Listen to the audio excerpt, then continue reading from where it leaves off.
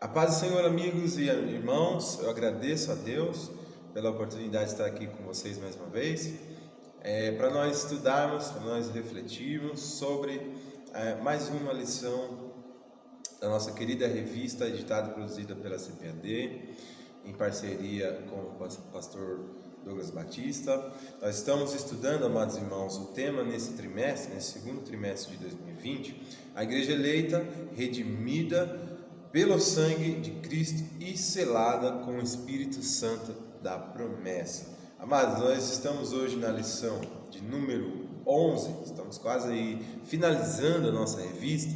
É um tema muito bom, muito relevante para nossa, principalmente para a nossa época, que fala muito sobre unidade. Essa revista falou muito sobre unidade. Hoje, então, nossa lição número 11, que tem por tema atributos da unidade, da fé, humildade, mansidão e longanimidade. Esse é o nosso tema de hoje. Sem demoras, o nosso tempo é curto. Já vamos para o textual, que diz assim, está lá em Efésios, capítulo 4, versículo 1. Rogo-vos, pois, eu, o preso do Senhor, que andeis como é digno da vocação com que fostes chamados. A verdade prática diz assim: a unidade na igreja depende que os crentes evidenciem no cotidiano a humildade, a mansidão e a longanimidade. Nós vamos ver que esses três frutos do Espírito Santo traz para nós a completude da unidade, traz, como se diz, a liga da massa, né, para a unidade. São muito relevantes essas qualidades na nossa vida como cristãos. Amados irmãos, a exortação básica de Paulo é que a vida de um cristão ela precisa ser coerente com a posição que ele recebeu de Jesus. Nessa vida como povo de Deus, nós temos que respeitar a unidade do corpo através de uma atitude humilde e amorosa. A base então para essa unidade é a natureza do Deus Trino, que revela a unidade perfeita entre as três pessoas, Pai, Filho e Espírito Santo, que vivem em harmonia e se completam desde toda a eternidade, e tem que levar em conta a grande diversidade pessoal e individual que existe no corpo de Cristo, na qual a união deve se expressar. Nós veremos que o apóstolo quer incentivar a igreja a tirar proveito dessa diversidade, já que cada cristão é diariamente capacitado para servir, e já que a igreja recebeu indivíduos com dons para aperfeiçoar em direção à maturidade espiritual e em serviço, na sua união, na estabilidade e no seu crescimento espiritual. Nos capítulos anteriores, Paulo mostrou que Deus tem um grande propósito para a sua igreja, e ele também orou para que os crentes de Éfeso pudessem conhecer o maravilhoso plano do seu amor, do seu poder e todas as bênçãos espirituais que Deus oferece. No capítulo que estudamos na semana passada, o apóstolo Paulo falou sobre as maravilhosas riquezas oferecidas por Deus através de Cristo, e orou para que o Senhor derramasse em Éfeso, na igreja de Éfeso e também nas futuras gerações, e também orou para que eles recebessem a plenitude dessa riqueza, dessas bênçãos. Nessa sessão iniciada no capítulo 4 hoje, Paulo agora passa a falar das exigências para eles, para esse povo, para a igreja. Deus derrama as suas bênçãos, claro, pela vontade dele, mas também nós temos exigências a serem cumpridas. Não que essas exigências resultem na bênção de Deus, como algo meritório, mas as bênçãos de Deus, as riquezas de Deus nos levam a fazer essas coisas, a praticar essas coisas que Paulo vai ensinar aqui no capítulo 4. O ponto central diz que a genuína unidade da igreja é o resultado da humildade, mansidão e longanimidade de cada crente. O tópico 1 vai trazer para nós que para haver unidade é preciso humildade. Agora o apóstolo então passa a falar da qualidade e do tipo de vida que cada um dos crentes deve viver, tanto individualmente, expressando essas qualidades no dia a dia, e também em comunhão na igreja com todo o povo de Deus, sem exceção. Paulo então roga aos cristãos que andem de modo digno da vocação a que foram chamados.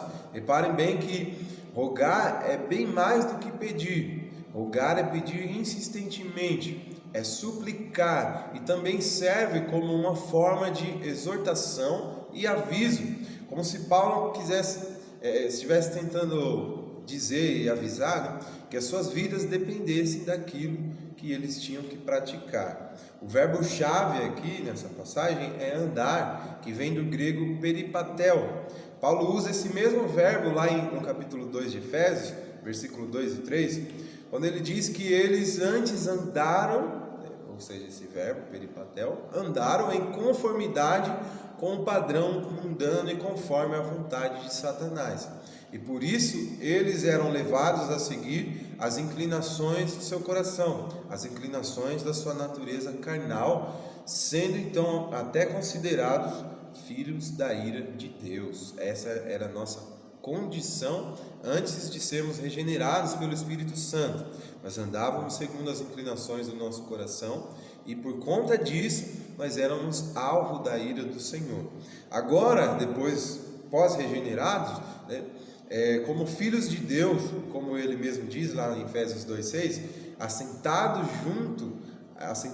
junto a Cristo nas regiões celestiais, esses mesmos cristãos, esses mesmos crentes, devem se comportar e proceder conforme o padrão daquele a quem agora pertence, segue e serve, ou seja, Cristo. Então, nós andávamos segundo a inclinação do nosso coração, segundo a vontade do príncipe deste mundo, como Paulo fala em outras passagens, mas agora, pós-regenerados, nós pertencemos a Cristo, nós servimos a Cristo, então nós precisamos andar segundo os padrões daquele que nos chamou, daquele que doou a sua própria vida para nos resgatar.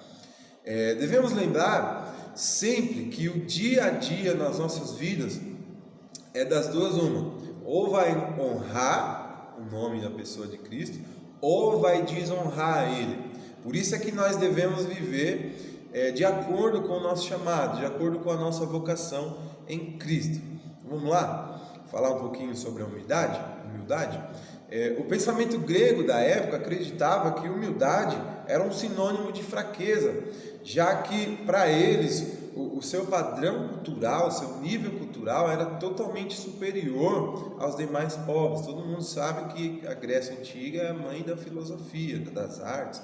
Então, segundo os padrões deles, todos os demais eram considerados fracos, né? Por isso humildade era sinônimo de fraqueza. Então, ser um cidadão grego ou romano naquela época era um motivo de poder e de orgulho, e demonstrava a característica de um povo soberbo, porém dominante. Vocês lembram a passagem que Paulo é preso, foi chicoteado, e depois ele revelou, ele fez exigiu, né, que fosse julgado como um cidadão romano, porque ele de fato era um cidadão romano.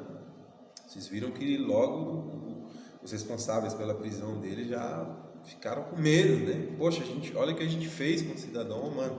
Então, ser grego ou romano naquela época era um motivo de total orgulho, né? Então, uma pessoa humilde naquela época era visto com maus olhos e sofria até humilhações constantes.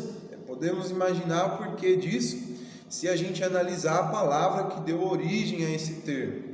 O termo grego que originou a palavra humildade vem da raiz da palavra humus, grega, a palavra humus, que significa literalmente solo, terra, ou o que vem da terra, ou ainda o que foi criado da terra. Da palavra grega humus surgiu a palavra humilis. Essa era usada em vários sentidos, mas em geral se referia a tudo que estivesse perto do chão, literalmente, né?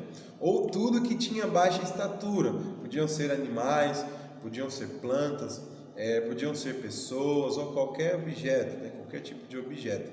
Já levando essa palavra para o latim clássico, o humilis tinha vários sentidos figurados. Podia ser alguém de baixa condição, podia ser alguém com vida obscura, podia ser alguém que tem sentimentos baixos, podia ser pessoas abatidas, pessoas desanimadas, pessoas que eram consideradas com pouca importância, pouca relevância, eles usavam essa terminologia humildes. Podia ser uma pessoa fraca também, mas só com os autores cristãos é que essa palavra assumiu também o significado de humildade, mas com um sentido de qualidade, um sentido de virtude, passando a identificar então aquele que reconhece as suas limitações e que reconhece a si próprio. Essa palavra humildes se referia a isso, alguém que conhece a si mesmo, alguém que conhece as suas próprias limitações, alguém que se põe no seu lugar. Agora então faz muito sentido o significado da humildade na Bíblia. Ela sempre é usada como uma virtude, ou seja, como uma qualidade de uma pessoa que nunca se põe acima das outras.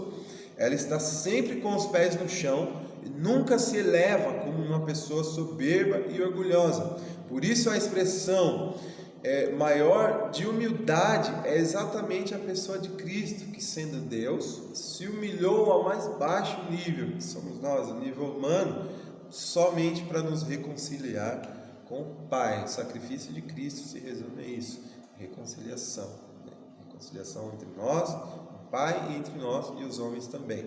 Então, o Senhor Jesus, ele viveu, ele serviu e sacrificou-se, ele se sacrificou, sem se importar quanto ao que os outros achavam dele, não se importando quanto ao tipo de imagem que as pessoas tinham dele. Então ele definiu o conceito de humildade, ele não exaltou a si mesmo, ele comeu com pecadores, os discípulos que ele escolheu, alguns eram pessoas que eram odiados pela sociedade,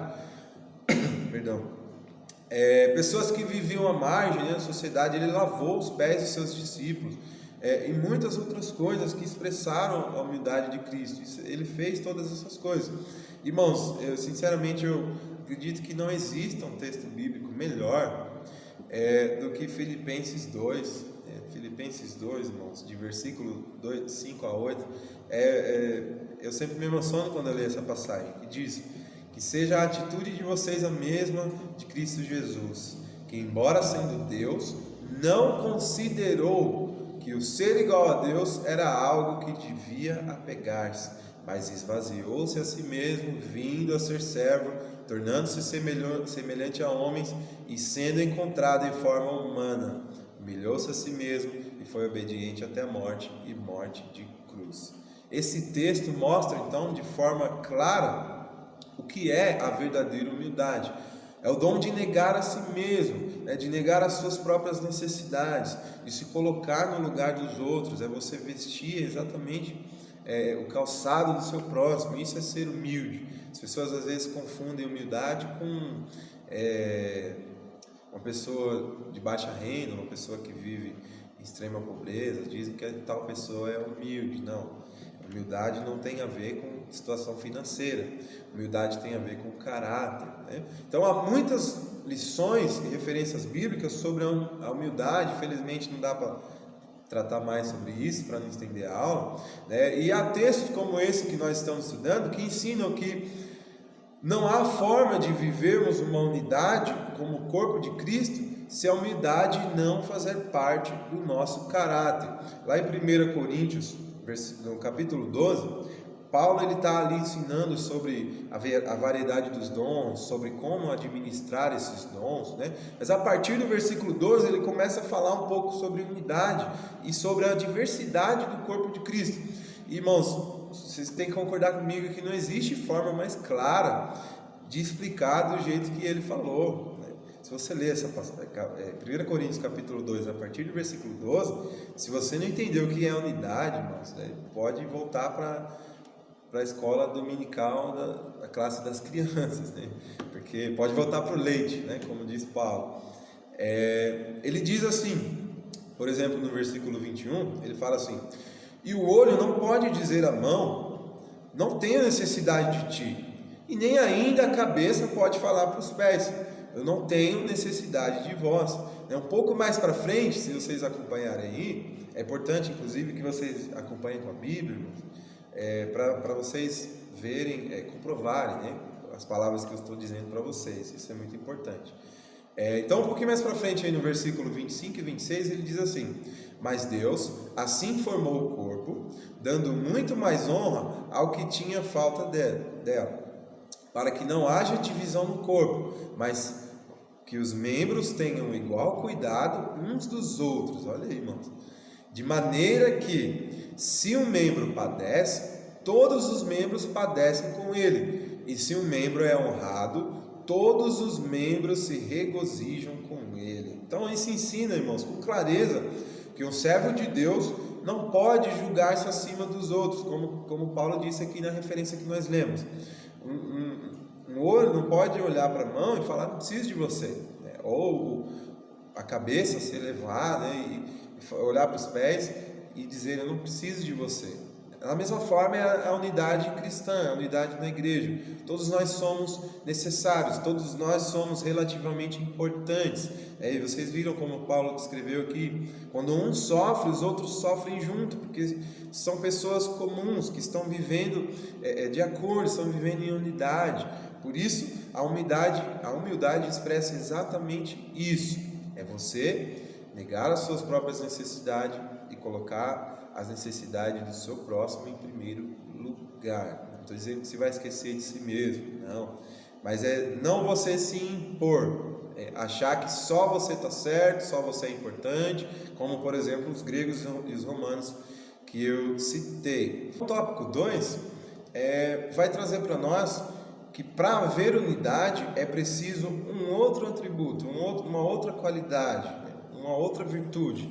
Diz que para haver unidade é preciso a mansidão.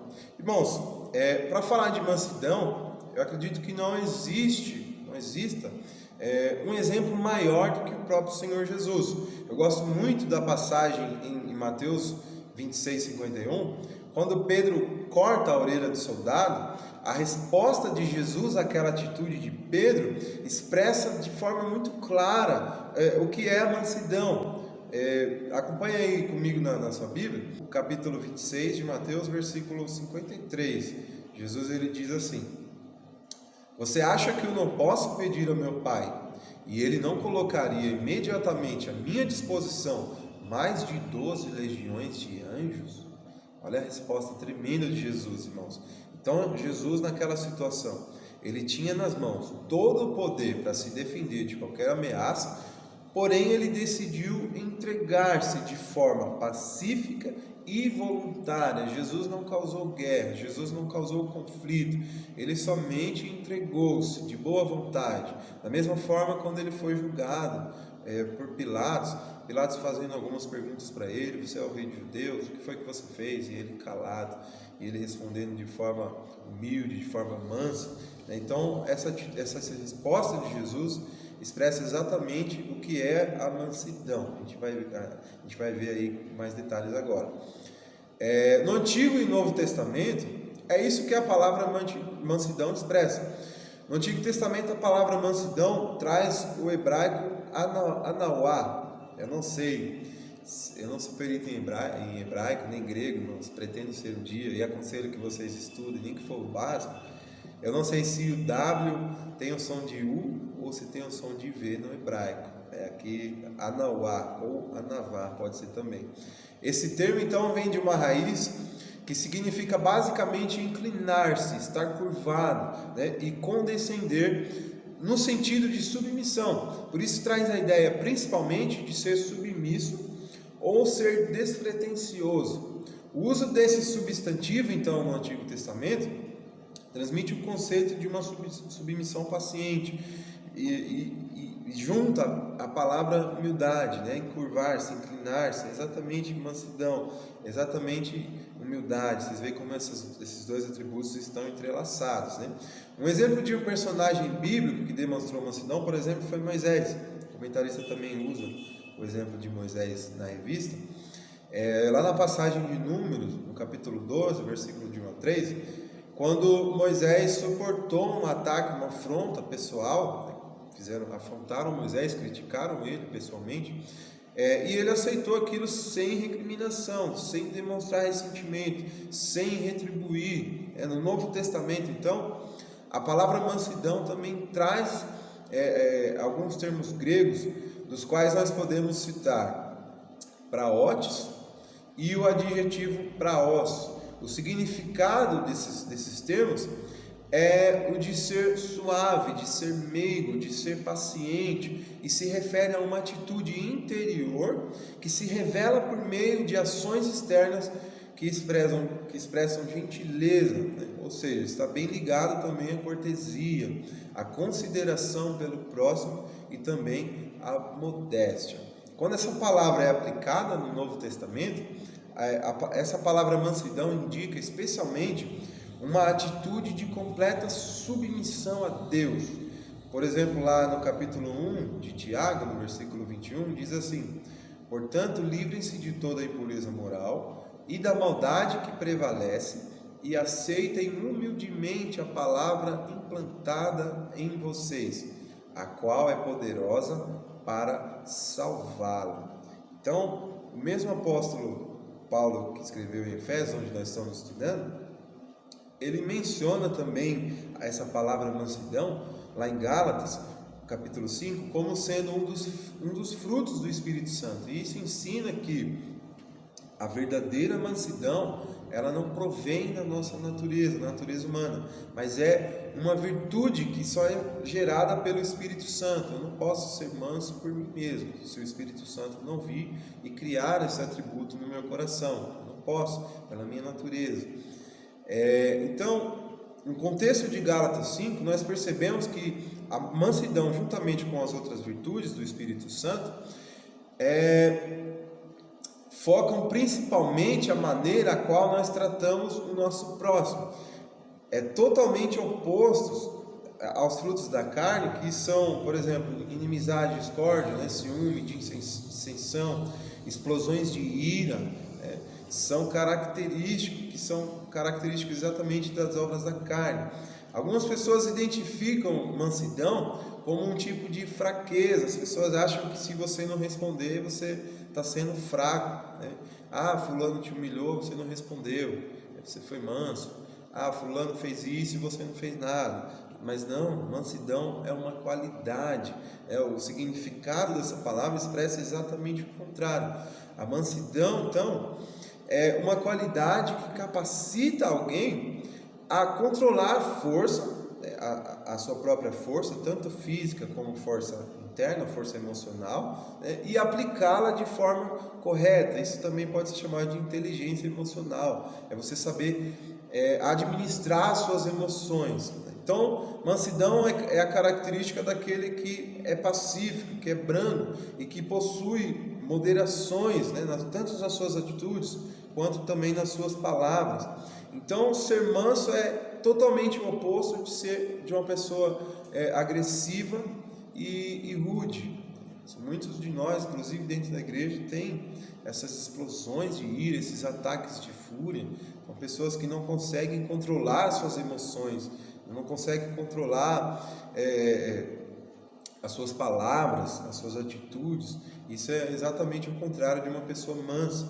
Então a gente não precisa nem dizer, irmãos, que essa é mais uma atitude que deve ter sobrando. Cada cristão deve ter sobrando a mansidão. Para viver em unidade, você precisa ter transbordando, né? Você precisa estar transbordando de mansidão, porque às vezes a gente passa uns perrengues, irmãos, na igreja, ou até mesmo fora, né, com a família. Se você não tiver esses atributos, essas qualidades, você vai brigar com todo mundo, né? De instante em instante você está brigando. Então, saber ponderar as palavras e controlar as emoções são com certeza a única forma de nós evitarmos esses grandes conflitos no meio do povo de Deus. Há muita briga na igreja, irmãos, exatamente por causa disso aqui, pela falta disso aqui, de mansidão. Então o Senhor Jesus ensinou que se alguém nos agredir em um lado, o que a gente tem que fazer? Vemos também, a pessoa bateu aqui, deve dar o outro lado também, a outra face. E ele também ensinou que nós nunca devemos pagar o mal com o mal. Irmãos, é muito difícil, principalmente para pessoas que têm o sangue mais quente, né? Nada contra, sem preconceito, mas a gente sabe que o povo nordestino é reconhecido exatamente por essa característica, né, de ser um povo um pouco mais espontâneo, um povo que responde mais rápido, né, às emoções. Então é muito difícil você dar outra face, você não querer a vingança, mas é isso que o Senhor Jesus nos ensina. E a presença desse fruto do Espírito Santo é uma confirmação de que o novo nascimento chegou até você, de que você nasceu de novo, né? Porque quando nós nascemos de novo, nós evidenciamos um fruto. Quais são esses frutos? São exatamente os frutos do Espírito. Isso confirma que nós nascemos de novo. E o que o Senhor Jesus disse sobre uma pessoa estar enxertada nele e não gerar frutos? Ele não está falando de obra física. Ele está falando exatamente desses frutos. Ele está falando dos frutos do Espírito. Se você está em Cristo e você não expressa esses frutos, pode significar que você não nasceu de novo. Então isso é um perigo. Avalie-se a si mesmo. Olhe para dentro de si e veja se você possui essas características. Não estou dizendo que agora que você é crente, você vai ser um santão. Não, porque nós estamos em obras, nós estamos sendo construídos, né, diariamente. Mas olhe para si mesmo e veja se você tem resquícios dessas qualidades. Olha, você tem que procurar ver quanto você tem se parecido com Cristo dia após dia. O tópico 3 vai dizer que para haver unidade é preciso longanimidade para o exercício do perdão. Mais um atributo aí que nós vamos tentar definir. A palavra longanimidade é difícil de pronunciar, às vezes a gente até dá aquela engasgada, né? Mas essa palavra, no sentido literal e também figurado, ela precisa ser cumprida.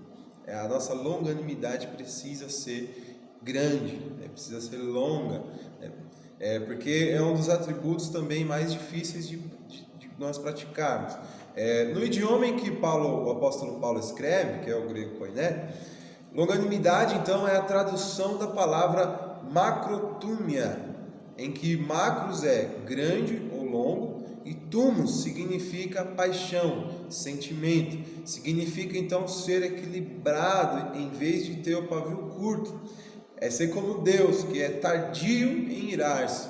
É ter a boa vontade para com aquelas pessoas que nos machucam, que nos ferem, né? E também às vezes a longanimidade nos leva a sofrer por um longo tempo.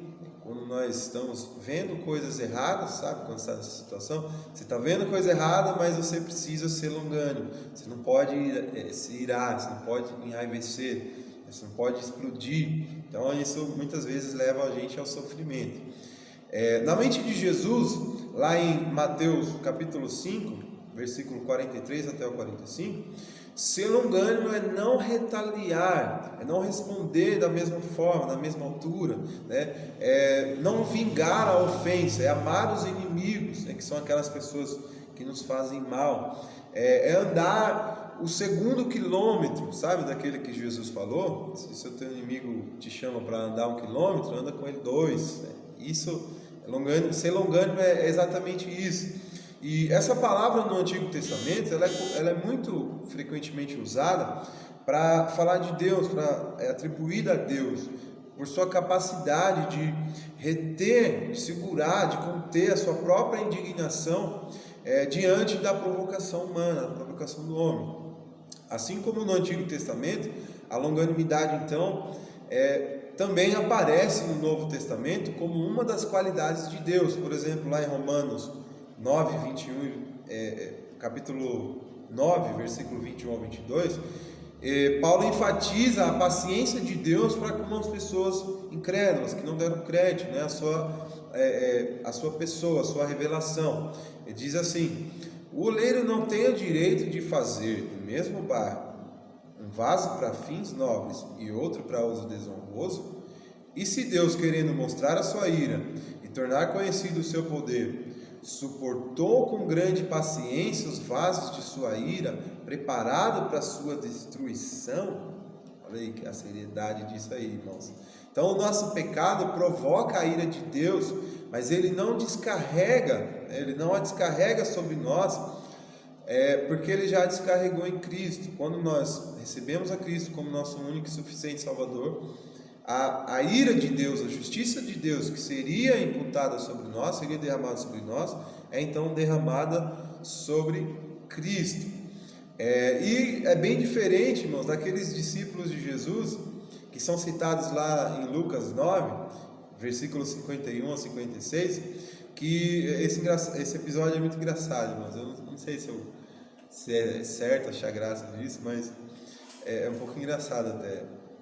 É aquele episódio em que, em uma certa ocasião, eles não foram bem recebidos pelos samaritanos, e Tiago e João ficam indignados, né? Olha a pergunta que eles fazem. Lucas capítulo 9, versículos 51 a 56. Olha o que eles perguntam: Senhor, o Senhor quer que mandemos descer fogo do céu para os consumir? Engraçado, já pensou a gente orar para Deus mandar descer fogo do céu, né? Para Deus fazer descer fogo do céu para consumir as pessoas só porque eles não foram bem recebidos? Você já pensou? Aí veio a resposta de Jesus: vocês não sabem de que espírito são vocês, pois o Filho do Homem não veio para destruir as almas dos homens, mas veio para salvá-las. Então, a longanimidade de Deus nos salva, é exatamente isso. Deus é longânimo, Ele é tardio em irar-se, né, para com a gente, tanto que nós pecamos, vivendo, caindo e levantando, mas o Senhor é longânimo, Ele é tardio em irar-se, né? As explosões, a ira de Deus é totalmente diferente do nosso tipo de ira. Sempre que a Bíblia se refere a um sentimento de Deus, totalmente diferente ao nosso sentimento, até mesmo a ira. Então, nós devemos ser gratos a Ele por isso. Nossa longanimidade deve salvar também outras pessoas, mesmo que ela não nos agradeça. Então, finalmente, na epístola aos Gálatas, na carta aos Gálatas, Paulo menciona a longanimidade como sendo mais um dos frutos do Espírito Santo, e também deixa claro, mais uma vez aí, que essa virtude, essa característica, essa qualidade, ela não pode ser produzida pela natureza carnal, mas ela é produzida totalmente pelo Espírito Santo. Se o Espírito Santo não vir e não gerar essas qualidades em nós, não gerar esses frutos em nós nunca seríamos dessa forma. Tiago, em sua carta, ele faz no capítulo 5 uma maravilhosa analogia, uma comparação, quando ele compara a paciência que nós devemos ter em relação às outras pessoas e também em relação à volta de Cristo, ele compara essa paciência que nós devemos ter com a paciência de um agricultor, de uma pessoa que planta lá a sua semente e espera pacientemente essa semente germinar, essa semente brotar, essa semente crescer e gerar o produto, né, que ele quer. Então, a Bíblia não diz que nós devemos ser longânimos apenas com os nossos irmãos em Cristo, mas sim com todas as pessoas. Porque vocês imaginam, se eu não consigo ser longânimo com uma pessoa que eu digo que amo, que convivo com ela, meus irmãos em Cristo, como é que eu vou ser com uma pessoa que não é salva, que não foi alcançada pela salvação em Cristo Jesus? Não tem como, não dá.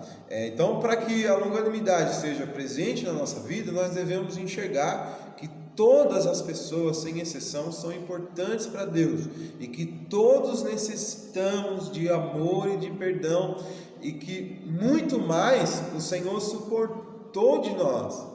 Às vezes a gente erra um pouquinho, às vezes alguém erra um pouquinho só com a gente, uma besteira, a gente já despreza aquela pessoa, humilha, maltrata, mas imagine o quanto Deus nos suporta de nós. A Bíblia diz que até mesmo sem nós percebermos, nós erramos.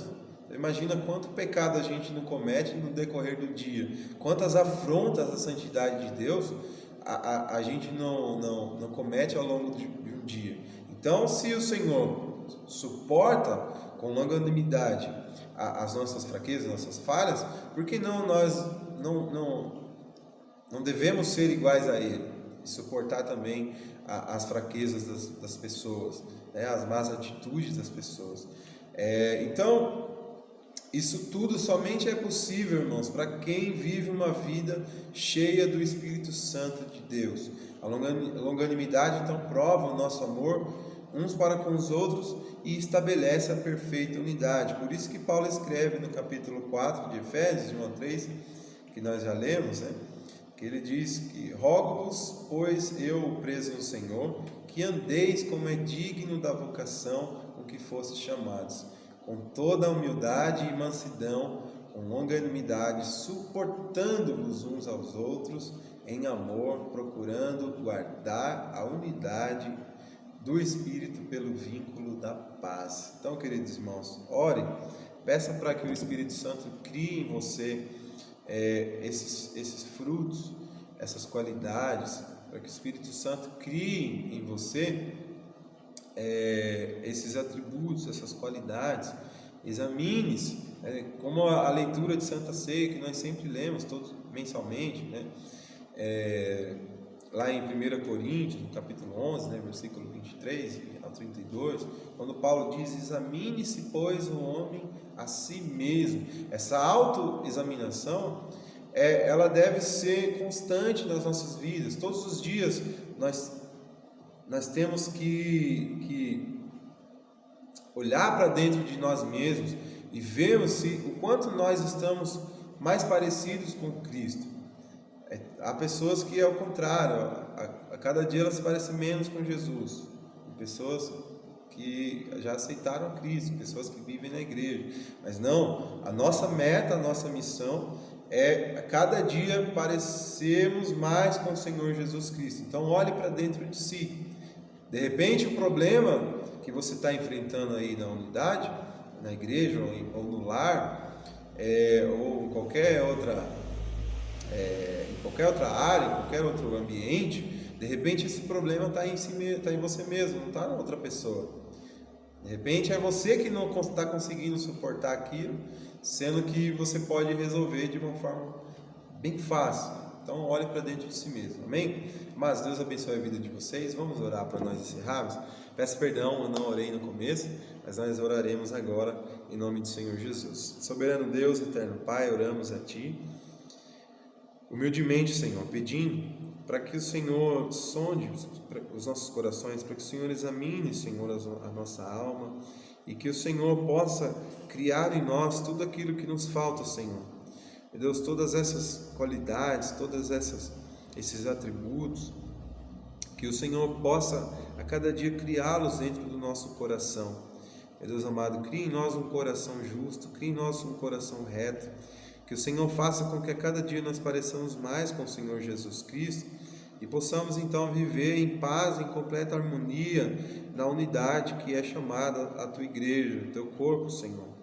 Em nome de Jesus, lapide o nosso coração, para que nós possamos suportar a fraqueza uns dos outros. Mas não é fácil, Senhor, não é fácil muitas vezes negar as nossas convicções, não é fácil engolir o nosso orgulho, mas que o Senhor possa fazer com que nós sejamos diferentes, sejamos pacificadores, sejamos humildes, na unidade cristã, no meio do seu povo, e não somente com o teu povo, mas também com as outras pessoas que vivem à nossa volta. Senhor, agradecemos por tudo, que essa aula alcance o coração daquelas pessoas que assistirem, e que o Senhor possa cada vez mais nos capacitar para fazer melhor a tua obra, em nome de Jesus, amém. Amados irmãos e amigos, um abraço a todos e até a aula da semana que vem. Deus ilumine a vida de vocês.